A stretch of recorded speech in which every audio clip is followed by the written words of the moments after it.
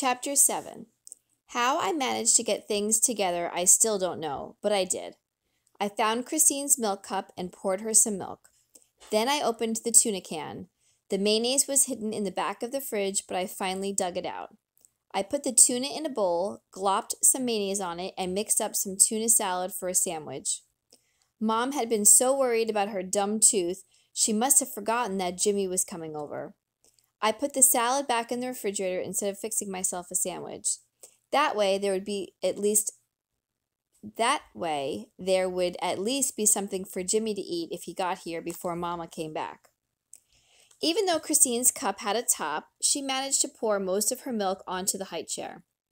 She kept holding out her arms and saying, "Down!" Then she started crying. I felt like a real heel for telling her to shut up. It wasn't Christine's fault that Mama didn't care if I'd almost killed myself on my bicycle. It wasn't her fault that Mama dumped her on me either. So after a while, I picked her up and gave her a big hug and a kiss. Then I set her down beside her high chair. She hugged me back and kissed me on the cheek. It was one of those sloppy kisses, all juicy from milk and spit. When you're a big brother, you get used to those kind of kisses. I wiped it off, patted her on the bottom, and told her to go play with her toys. As she waddled off, I went to the pantry and dug around to see if there were any chips. A tuna sandwich wasn't much by itself. If I could find some chips to go with it... "Out!" I heard Christine call from the other room. I found the chips and put them on the counter by the refrigerator. "Out!" "No," I answered. "Play with your toys." "Out!" I got a couple of paper plates from the cupboard, then went back to the pantry and found 2 cans of Coke. Looking things over one last time, I brushed my hands together. Got stuff ready for supper, I told myself. Now got to work on my room. Christine was waddling toward the front door as I walked through the living room. "Come on and play with your toys, Christine." She pointed to the door. "Out!" I went after her. I tucked her under my arm like a football and trotted toward my room. "Out!" she protested. Christine's room was next to mine. I found her a box of toys and dumped them out on the floor. Christine always dumped stuff out, so I figured I'd save her the trouble. With my foot, I made a bare spot in the middle of all the dolls and toy men and Weeble cars and people. I plopped her down in the middle and headed for my room. "Play with your toys. I'll be back in a minute." "Play, Christine?" I shook my head. "Don't have time to play with Christine right now. Later. You play by yourself." "Out!" I ignored her and started picking up stuff from my floor. Mama usually got on to me every 3 or 4 days for not cleaning my room. If I remembered, I tried to straighten stuff up every 2 days. That kept her from yelling at me. I must have forgotten, though, because my room was a real pit. There were socks all over the floor, underwear and t-shirts tossed in the corners, and a plate and fork under the bed. My nose wrinkled up as I remembered eating supper in here last Monday. I forgot to take the dirty dishes back to the kitchen, and now it was Friday. I pitched the socks and the rest of my clothes in a pile by the door. I stuck the plate and fork right in front of the door so I wouldn't forget them on my way out. Then I stacked my school books and notebook neatly on my desk. I straightened the pillows on my bed and tried to make it up. Mama always made my bed look smooth and neat when she fixed it. As I stepped back and looked at all the lumps and wrinkles, I frowned. Then, with a shrug, I figured, maybe Jimmy won't notice. It took both my arms and chin to control the pile of dirty clothes I carried to the laundry room. The dryer was tumbling and there was already stuff that had been washed lying in the washing machine. I stuffed my clothes in the pink wicker basket by the washer and went back to my room. I snatched the plate and fork from the doorway and trotted toward the kitchen. It had taken me longer to get things straightened than I'd thought. I glanced at the clock in the living room. It was 6:05. My room was clean. Well, mostly clean.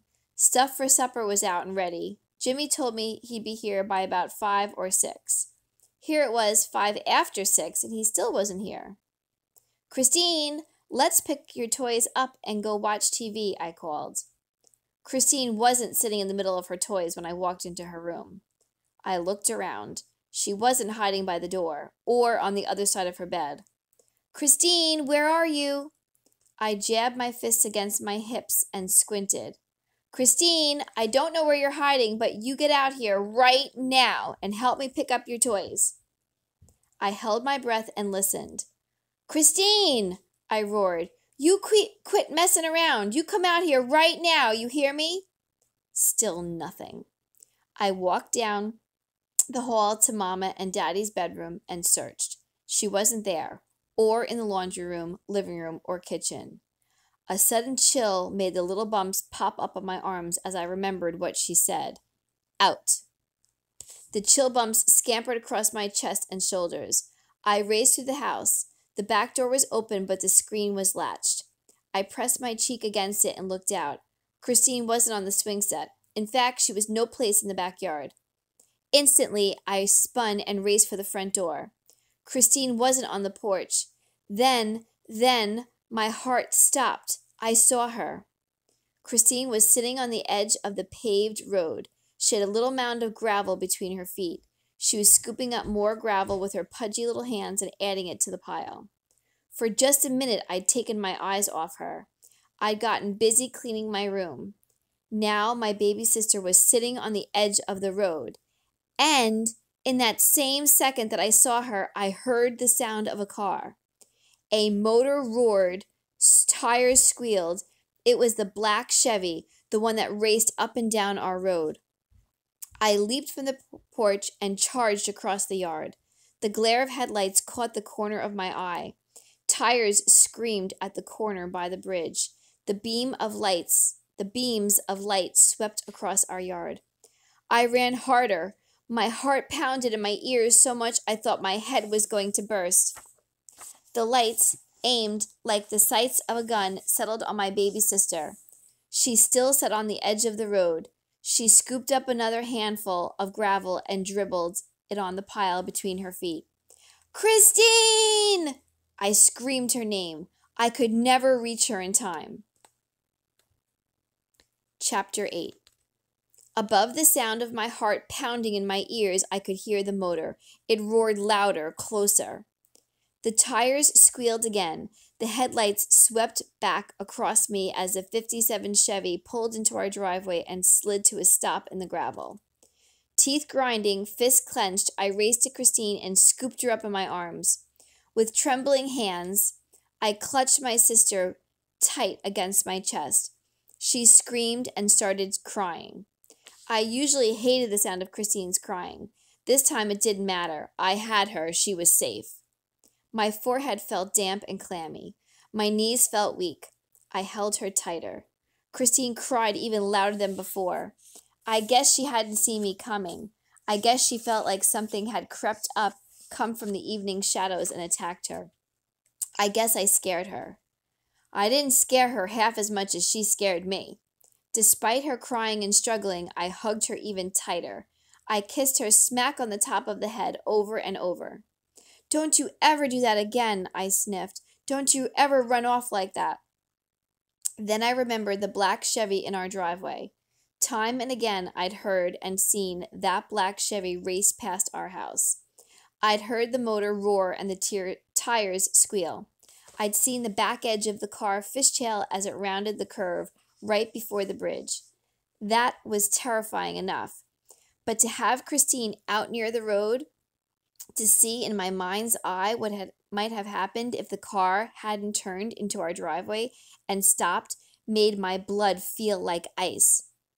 "That dumb idiot," I growled above Christine's crying, "drives like a fool. He's gonna kill somebody one of these days. I'm gonna—" I tucked Christine under my arm and marched toward the car. I could see the guy behind the wheel. In the evening shadows, I couldn't see his face, but I could see how big he was. I didn't care if he was a grown-up high school kid. I didn't care if he jumped out of his car and beat the tar out of me. He didn't have the right to come tearing down our road like he always did.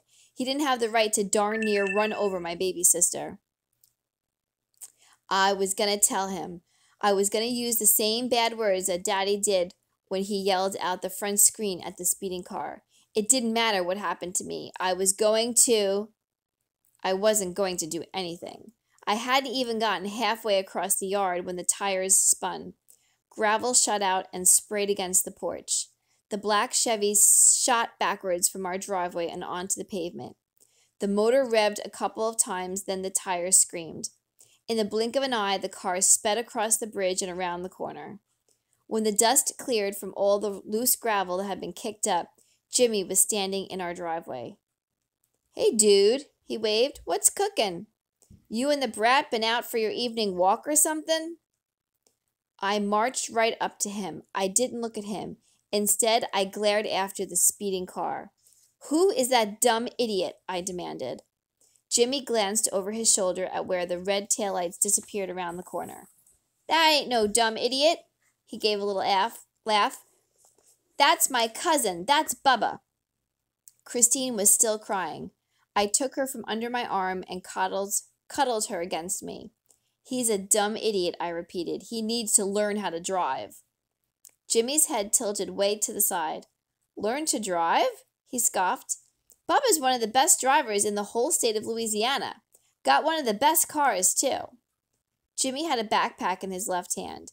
He slung it over his shoulder and started toward the house. With a jerk of his head, he motioned me to follow. The guys down at Connor's were telling how Bubba was over to Shreveport last year and had 3 cop cars on his tail. He outrun all of them. Got clean away. Man, you don't do stuff like that unless you're a good driver and you got a souped-up car. I stood for a second and glared back at the back of Jimmy's head. Christine was out by the road. She snuck out, and I didn't know it. If that idiot hadn't pulled into the driveway. "Quit calling Bubba an idiot," Jimmy said over his shoulder. "We seen the kid when we come across the bridge. Even if Bubba hadn't pulled into the drive, he'd have dodged around her. He'd have missed her by a mile. Bubba's cool. He knows what he's doing. Now quit griping about it. You shouldn't have been letting the kid play out in the road in the first place. Got anything to eat?" I stood there, shaking from being scared and mad and everything else, all rolled up and mixed up at once. Christine was still whimpering. Jimmy opened the front screen and walked into the house like he owned the place. After a moment, Christine and I followed. We put Jimmy's pack on my bed and went to the kitchen. I plopped Christine in her high chair and strapped her in. Then I fixed Jimmy a tuna sandwich and dumped some chips on a plate for him. He sat at the table and chomped on the sandwich. "Got anything to drink?" he mumbled through his big mouthful of food. Christine was still whimpering. "Yeah," I answered. "Let me get my sister calmed down."